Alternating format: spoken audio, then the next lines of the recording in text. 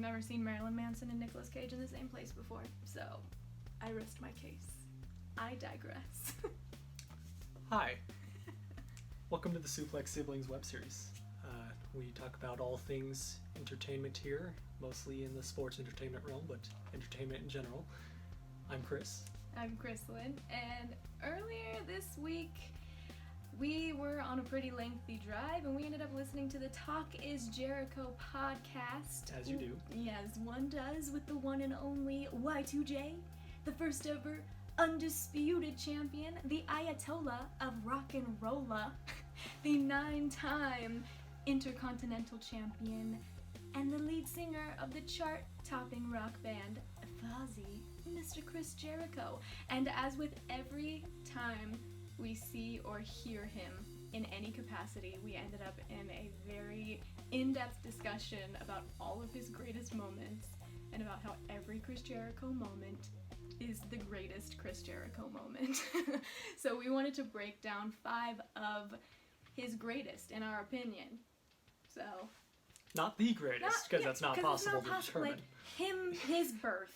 Yes. Greatest Jericho moment. Pretty much. He was born, and he became an entertainer. Quite possibly the greatest moment in history of time, I believe. You know, this might get a little weird. Especially in sports entertainment. Yeah, okay. Yep. I mean, I don't disagree. We actually met him about 8 years ago. 8 years ago, it was about 2010, right? Yeah, I was 15, right? Yeah. And it was an interesting kind of chance encounter. Like, I was at the mall with our older sister at the time, and at this point, like, this was when we got our very first cell phones that could actually text. Like, before that we had flip phones that were, like, only capable of calling our parents, like, if we needed in case of an emergency. So we were supposed to meet some friends there, and I guess plans fell through, but we were hanging out in our go-to place. My favorite spot was FYE, which for all of you youngsters who have no idea what that means, that was a store with an acronym called For Your Entertainment, and it was full of CDs, DVDs, records, action figures, merchandise for all things entertainment, everything. It was so much fun. I don't even think they exist anymore, to be honest. And we saw a sign that day saying, "Meet Chris Jericho, WWE superstar and lead singer of the band Fozzy." And I thought it was a joke. I was like, no way. And I was already, I had my Hardy Boys pendant on. Like, I was ready for something, you know? And so when we saw this, I was so stoked, and we broke out our super cool cell phones that had actual buttons that we had to push and texted our mom saying, "You gotta bring Christopher down here. We're gonna meet Chris Jericho. All we have to do is buy their CD." And it was, he was great. It was pretty cool. It was an interesting experience. It went, we bought the CD, got a poster, waited in line, and just, chatted him up in the best way that, like, a 15-year-old and a 12-year-old could. Which, I think our sister had, like, the most iconic moment. She's not a huge wrestling fan. She doesn't really care much for WWE like we do. We're kind of over the top, like, we're too much sometimes, but she just doesn't really care much. But she had the most iconic moment with Chris Jericho. She looked him dead in the eye and said, "I cried when you and Big Show broke up." And it was iconic. And if you have no idea what we're talking about, I hope that rock has been keeping you warm. But Jericho. First iconic moment of Chris Jericho was Jericho. That it's not the first one in time, obviously, but the first one on our list. Jericho was just amazing. One of the better tag teams that has happened. Yeah. Talk about charisma. Oh yeah. They were showmen. Definitely. No pun intended. Oh my. Yeah. It's always great having the big man and the little man together when the little man is charismatic. that's why Enzo and Cass worked well. That's but why Jericho, they try to well, make that's why Dolph they Ziggler tried, and Drew yeah. McIntyre work, and people like, no shade. No, Well, no you know, shade. whatever. That's a It's different fine. discussion for It's another fine. day. And back to Jericho. Back to Jericho What were we and saying? Jericho. No, just Jericho was it was different from every other thing that you would have seen because they were both still top guys at the time, even though they were in a tag team. Most of the time, you see a tag team and it's, they're just a tag team. They're not in any sort of main event scene.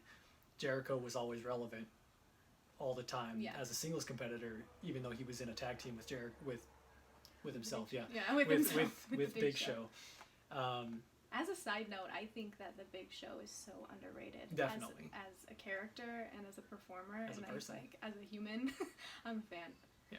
But no, they did so well. Like, that was one of the most entertaining. Like, I don't always enjoy it when they thrust two superstars together into a tag team. Like, it's not always well done, it's always hit or miss, but that one was so iconic with one eye. Well, it's Chris Jericho. Yeah.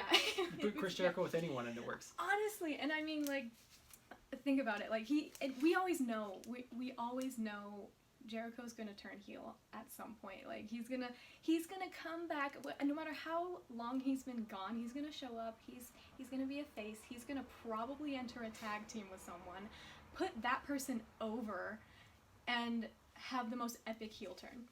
Well, and I mean, before he even had the heel turn with Jericho, though, there was a few things that happened. I mean, Big Show got injured, so Jericho kind of had his own little thing going by himself.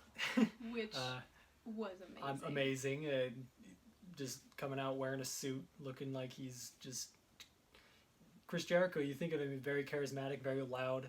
When he was coming out, rock star. When he was coming out in the suit, he was very quiet, literally saying quiet, telling the crowd to be quiet, calling the crowd parasites. Yeah, I mean, but it was still so Chris Jericho. It was Chris Jericho. He is one of, if not the only superstar who can switch up his persona as many times as he has, and still be Chris Jericho. Like, he has been so many different people in the ring, and yet you never question it. Like, he's so consistent, and he just puts on a show. Like, he's incredible. And I mean, with the heel turns and the tag teams, I mean, his run with his recent one with AJ Styles, 2016, iconic. I know I keep saying that word, but that's like the only way to describe. We're not talking about Billy Kay and Peyton Royce here. One eye.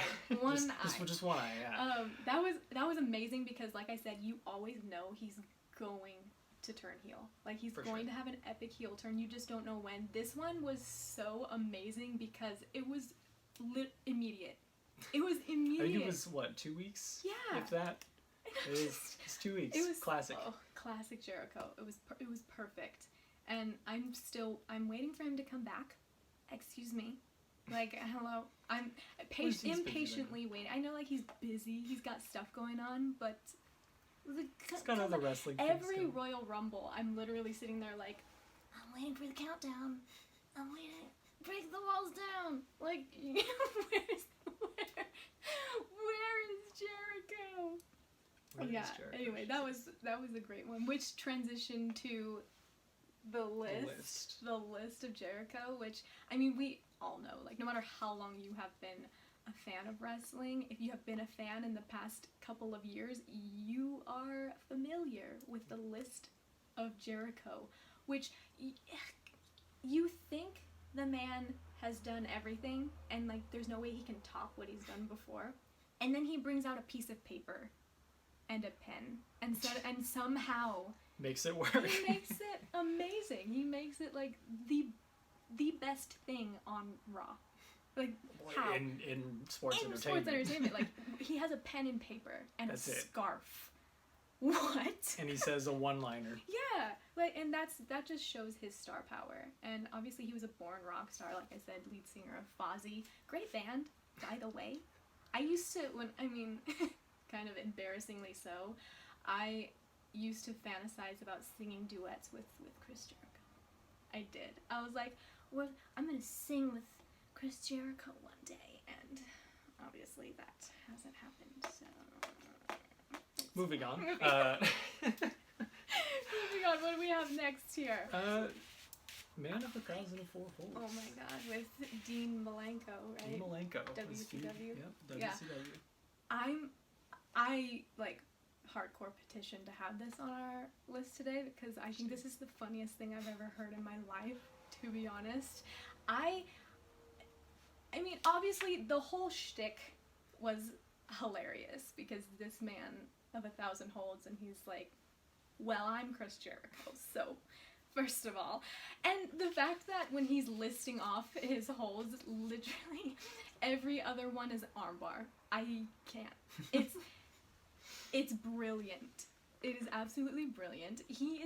I mean, I don't know anybody who can improvise like he can, or anybody who can just, speak publicly like that. He has no care in the world. He goes out there and he just puts on a show, but you don't even believe it's a show. It's just him. It's just Chris Jericho being Chris Jericho. Being himself. And he's so unique as a human being. Like, I'm hardcore gushing in this video right now, but he is, like, he's a star. It blows me away. Well, it's kind of crazy, too, because, I mean, that was in WCW, and when you look at it, at that time, he was very underutilized. They didn't use him to his full potential, and he's even said before on some of his podcasts that's why he not the main reason why, but that's one of the reasons why he kind of left. Right. They weren't using him to his full potential. Right. Which WWE, Vince McMahon, they capitalized on. I mean, yeah. Vince McMahon obviously he sees talent he knows talent when he sees it. Right. Chris Jericho, after, like you said, every other move on that list was armbar. That it's so simple, but right. At the same time, it's amazing. I think that's what makes him so great, though, is he understands that simplicity wins. Correct. And that it's the same thing with the list. You just made the list. Like, it's so one-liners silly, but are so they're dumb. No one else but they're could amazing. do it. No one else could do No. it. The only person that I see on kind of that scale currently is like Elias. Elias could get there. He has so much potential to get to a Jericho level. I wouldn't go so far as to say like, oh, he's the next Chris Jericho, but like I think he has the potential. He like does, he can carry a crowd. Yes. You know what I mean?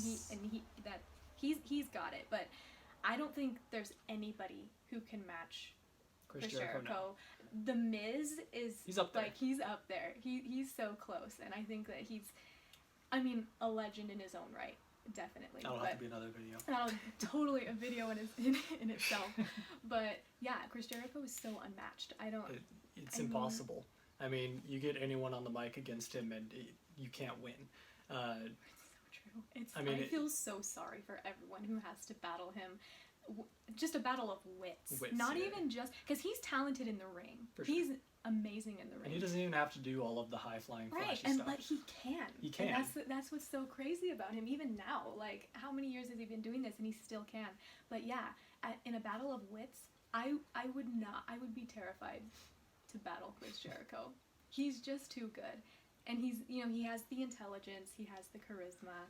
He's just a star, man. Well, and when they paired him with Kevin Owens, the Universal and United States Championship runs, Kevin Owens is great on the mic as well. He's good in the ring. You pair these two together, and it's money. It's almost unfair. Yeah, for it's not else. fair for anyone. For everyone else, yeah. I don't want to say that was short-lived, but it was. I think it could have gone a little longer. Yeah. Yeah. But Chris Jericho. Even now.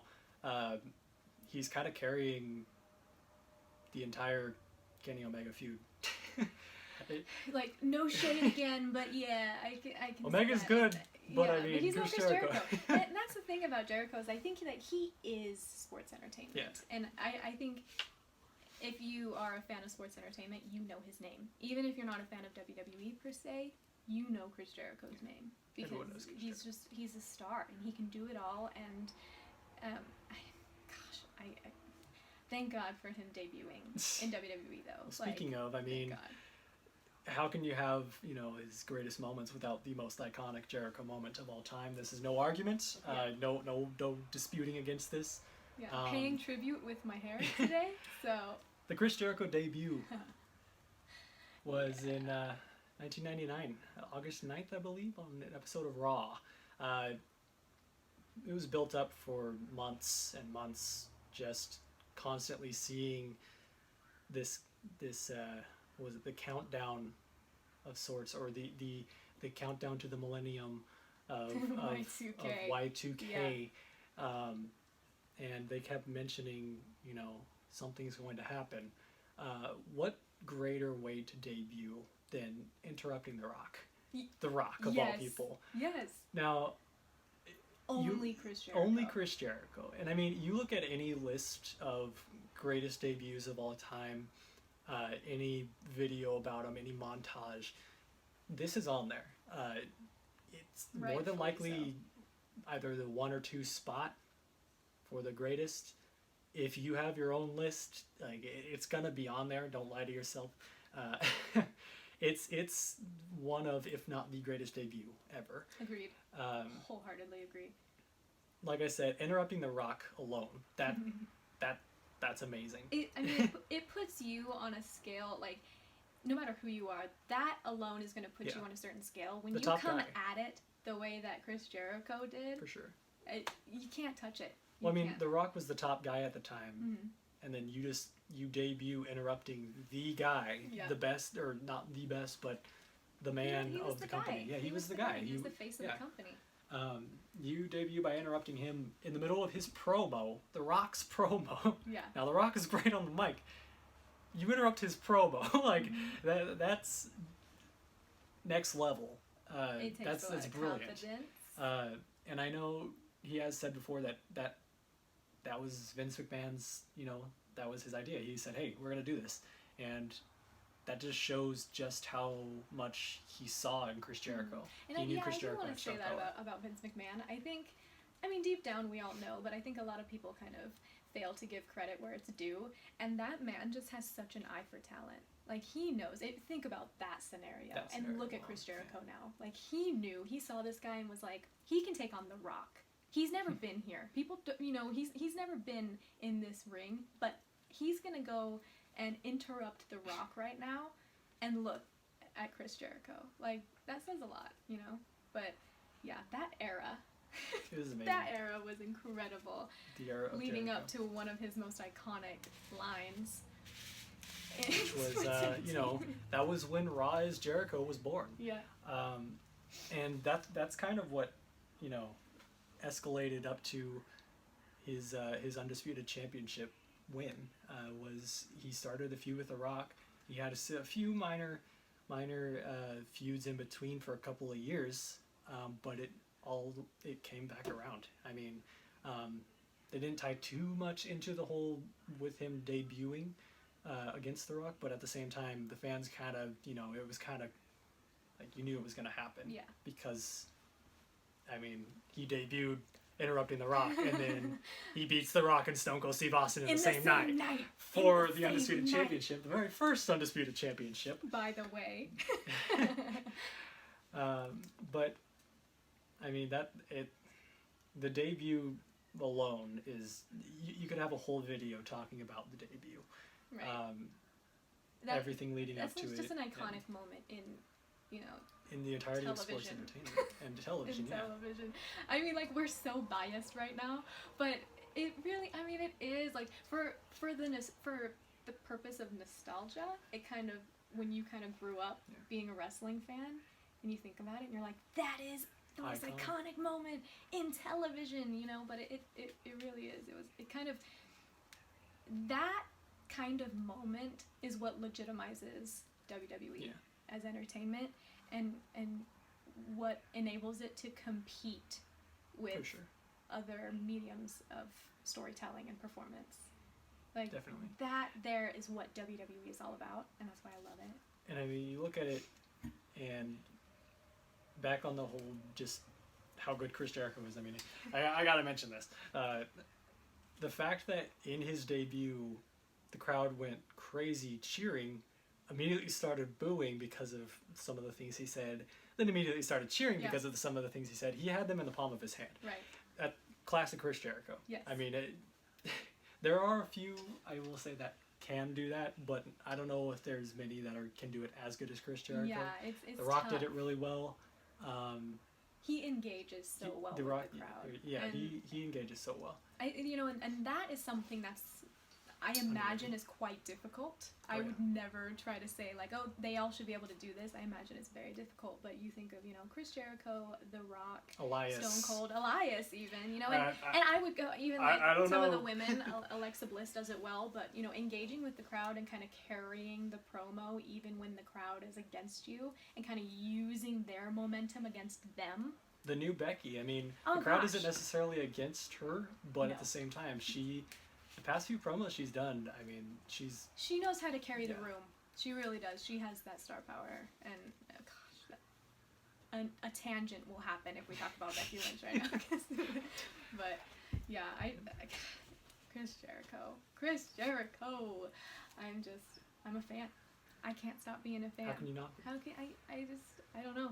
I can't stop gushing. So if we keep talking, it's just gonna turn into me just saying a bunch of different adjectives, and giving him a bunch of He's married, titles. by the way. It's not that kind of admiration. I mean, sure, like, excellent job to his wife, but also, no, I admire the guy. He's incredibly talented, and he's doing what most people won't, which I admire. For sure. And I mean, he's even said before on his podcasts. One in particular that I'm referencing, he was talking about his debut. He was saying that he told Vince McMahon that there's certain things that he will not do. And I mean, that alone shows just how, I don't know the exact word to use here, but he's that good that he's able to do all these over-the-top things while still having a sort of just dogma or just his own sort of rules that he follows, where he's just like, I'm not going to do this, but I will, I'm not going to say no to entertaining the fans or being entertaining in general, but he still has his own morals that he's going to follow. He does. He kind of has like a code. That he follows and he stands by. Code. Oh, gay. So many puns. He really does. He follows a certain code of ethics, but his priority is entertaining, and I admire that. There are too many wrestlers in particular right now who have kind of forgotten that. They kind of neglect that aspect of the craft. It's not just about you. You have to have morals. I mean, you have to have a sort of respect for not only your coworkers and the fans, but just the business in general. It is entertainment. A lot of people, I don't want to like throw shade at anyone. I'm not going to mention anyone in particular, but a lot of people go into it thinking, this is a business for me. Like I'm going into business for myself, as it's called. And they just they're selfish with the way they do things, and those are generally the people that don't make it. Yeah, or they end up injuring somebody, or something like that, or they end up in a precarious position, and get themselves fired.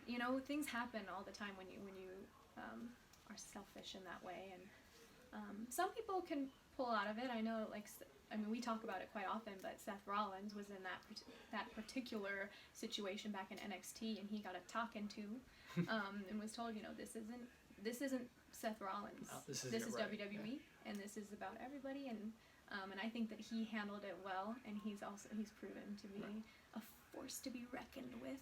And that's what it's always been said. If you want to keep your spot, you have to continue to be you have to act like the face, basically. Right. If you want to be the face, you have to act like it. You know. Even, think about Chris Jericho's code of ethics and whatnot. I think back to SummerSlam of, what was it, 2016 with Brock Lesnar and Randy Orton?